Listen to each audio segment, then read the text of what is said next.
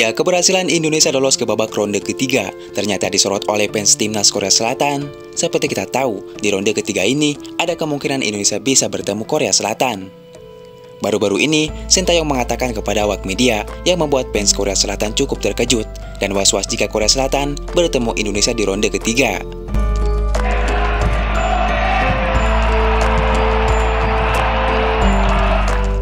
Ya, timnas Indonesia bakal segera bertanding di putaran ketiga kualifikasi Piala Dunia 2026 pada September 2024 mendatang. Pelatih timnas Indonesia Sintayong telah menganalisis bahwa tim-tim di ronde ketiga bukan tim ecek-ecek. Sintayong pun realistis bahwa anak asuhannya akan sulit melawan tim-tim 100 besar dunia. Faktanya, ranking FIFA Indonesia adalah yang terendah di antara 18 tim yang lolos ke putaran ketiga. Anda membutuhkan sedikit keberuntungan untuk lolos ke putaran final langsung. Jika kita dapat 3 tim lawan yang cukup ideal di drawing, saya pikir kita bisa bersaing untuk peringkat 3 atau 4, ujar Sintayong. Ya, di putaran ketiga, nantinya akan ada 3 grup yang berisikan masing-masing 6 tim. 2 tim teratas atau posisi 1 dan 2 akan lolos ke Piala Dunia 2026. Kemudian untuk posisi 3 dan 4 akan melaju ke putaran keempat. Mereka akan bersaing kembali, di mana akan ada 6 tim yang dibagi ke dalam 2 grup. 2 tim masing-masing pemenang grup akan lolos ke Piala Dunia 2026. Pada fase inilah, Sintayong menilai peluang timnas Indonesia lolos ke Piala Dunia 2026 lebih besar dibanding bersaing di ronde ketiga. Ya, namun meski akan melawan tim-tim 100 besar dunia, Sintayong tetap optimis bisa menjadi tim yang mengejutkan di babak ronde ketiga. Ya, jikapun Sintayong akan bertemu Korea Selatan, ia dengan tegas mengatakan dirinya mampu mengalahkan Korea Selatan. Alasannya, Sintayong menyebut hampir semua pemain Korea Selatan senior adalah anak didiknya. Perkataan inilah yang membuat fans timnas Korea Selatan sedikit khawatir. Ditambah, pada Asian Cup U23 kemarin, Korea Selatan berhasil disingkirkan oleh Indonesia di tangan Sintayong sendiri, dengan skor 2-2 dan berakhir dengan adu penalti yang dimenangkan oleh Indonesia. Kami pasti akan bertemu 3 tim terkuat, Iran, Jepang, dan Korea Selatan. Setidaknya Korea Selatan. Banyak pemain yang saya tahu kekuatan dan kelemahannya. Jadi saya pikir bertemu mereka lebih baik ketimbang tim lain. Jika Indonesia dan Korea berada satu grup, juga akan menjadi tontonan yang menarik, ujar Sintayong. Ya, menarik dinantikan apakah Sintayong akan kembali memulangkan negaranya sendiri di babak ronde ketiga jika bertemu timnas Korea Selatan.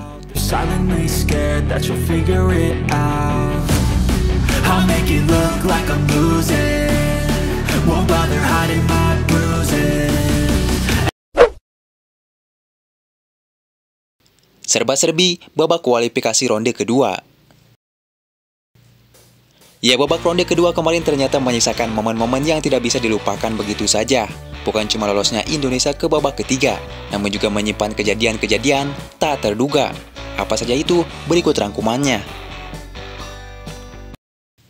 Sintayong keplak kepala Ragnar Oratmangun gara-gara malah asik dengan Calvin Verdong. Ya, kejadian langka ini terjadi saat pemain lain fokus bersalaman dengan pelatih mereka. Namun terlihat Ragnar Oratmangun dan Calvin Verdong justru malah asik berdua.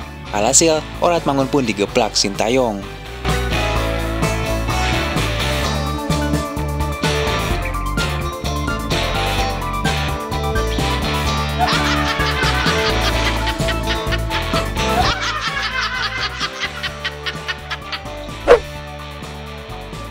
Marcelino disindir gara-gara tendangannya ke langit. Ya, akibat tendangannya Marcelino yang melayang tinggi hingga dijuluki tendangan jumpa fans. Marcelino pun menjadi perbincangan para supporter Garuda. Saat Marcelino tertangkap kamera sedang liburan bersama sang kekasih, ia pun bertemu fansnya dan meminta foto dengannya. Namun tak disangka-sangka, fans tersebut menyindir langsung tentang tendangan Marcelino yang melayang ke langit. Yuk. Bos, selamat kemarin, Bos. Bagus, Bos. Tendangannya melayang.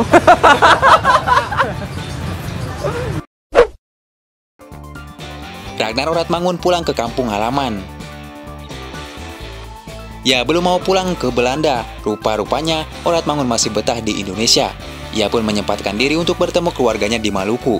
Terlihat momen Oratmangun sangat bahagia bertemu tetangga dan para saudaranya.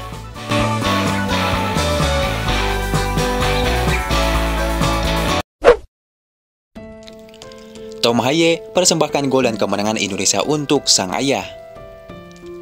Ya, setelah berhasil mencetak gol dan membawa Indonesia lolos ke ronde ketiga setelah mengalahkan Filipina, Tom Haye tertangkap kamera langsung menemui sang ayah dan memeluknya.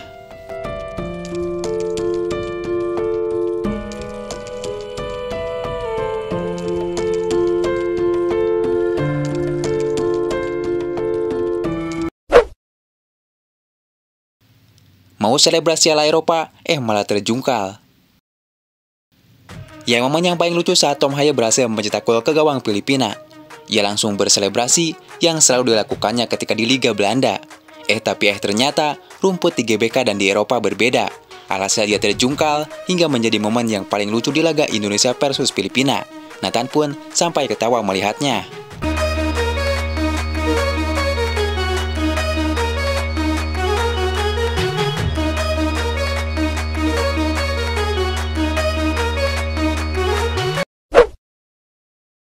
Erick Thohir menangis ketika Indonesia dikalahkan Irak di GBK. Ya, kekecewaan memang tak cuma dirasakan oleh supporter Indonesia, namun juga oleh Erick Thohir, di mana Indonesia harus kalah oleh Irak dengan skor 2-0 di kandang sendiri. Dari kekalahan itu, terlihat Erick Thohir tertangkap kamera saat Indonesia harus mengakui keunggulan Irak. Erick Thohir terlihat menangis.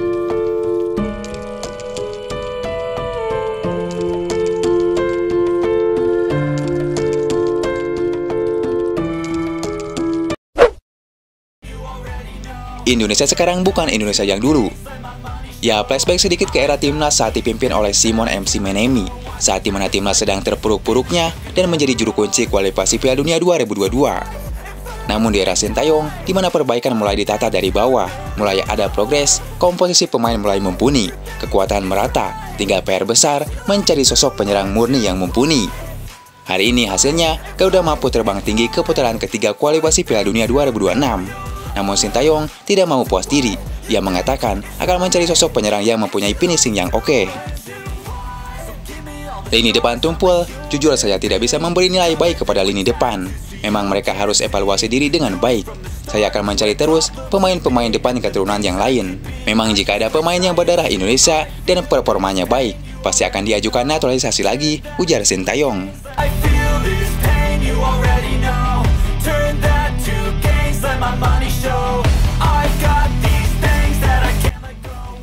Ya, dulu pada saat kualifikasi Piala Dunia 2018 di Rusia, hanya Thailand yang mampu lolos ke ronde ketiga. Kemudian pada kualifikasi Piala Dunia 2022, hanya Vietnam yang mampu lolos ke ronde ketiga. Hari ini, kualifikasi Piala Dunia 2026, hanya Indonesia yang mampu lolos ke ronde ketiga. Ya, akankah Indonesia mampu melewati prestasi negara-negara di ASEAN untuk pertama kalinya lolos ke Piala Dunia di era saat ini? Guys, what a result altogether. I'm happy to make my first goal in this beautiful stadium.